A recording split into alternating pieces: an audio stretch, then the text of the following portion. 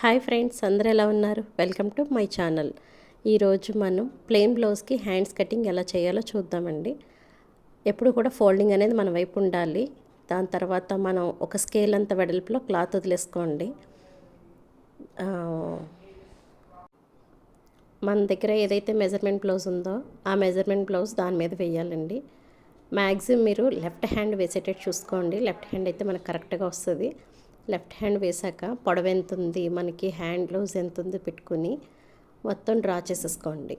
నేను వీడియోలో చూపిస్తున్నట్టుగా చూసారా ఫ్రెండ్స్, హ్యాండ్ ఎంత ఉందో మొత్తం డ్రా చేశానండి. డ్రా చేశాక అది హ్యాండ్ అనేది ఎప్పుడు కూడా మనం కరువులా వస్తుందండి. ఎస్ షేప్లో గీసుకోవాలి. అక్కడ చిన్న కరువు వచ్చి ఎస్ షేప్లో గీసుకోవాలి.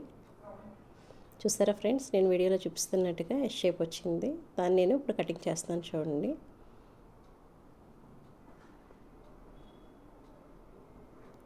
కటింగ్ అయ్యాక దీనికి మధ్యలో ఒక డాట్ అనేది పెట్టుకోవాలి. డాట్ పెట్టుకున్నాక ముందు హ్యాండ్స్ ఓపెన్ చేయండి ఫ్రెండ్స్. ఓపెన్ చేశాక ఇది ఇప్పుడు చంక్ లోతండి. ఇది కంపల్సరీ తీస్తేనే బ్లౌజ్ అనేది పర్ఫెక్ట్గా వస్తుంది, నీట్గా కనిపిస్తుందండి. కంపల్సరీ మనం ఫ్రంట్ పార్ట్కి లోత్ అనేది తీయాలి. లోత్ ఎక్కడైతే తీసామో అక్కడ డాట్స్ పెట్టుకోండి ఫ్రెండ్స్, అది మనకి జ్ఞాపకంగా ఉంటుంది. అంతే ఫ్రెండ్స్, చాలా ఈజీ. చూసారా ఫ్రెండ్స్, నేను చాలా ఈజీ కట్ చేశాను. మీరు ప్రాక్టీస్ చేస్తే మీకు ఈజీగానే ఉంటుంది.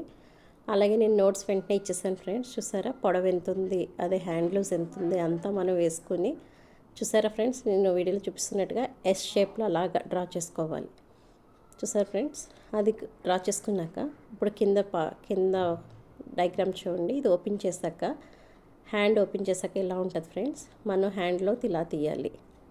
చూసారు ఫ్రెండ్స్, చాలా ఈజీగా నేర్చుకోండి. Thanks for watching. Please subscribe my channel.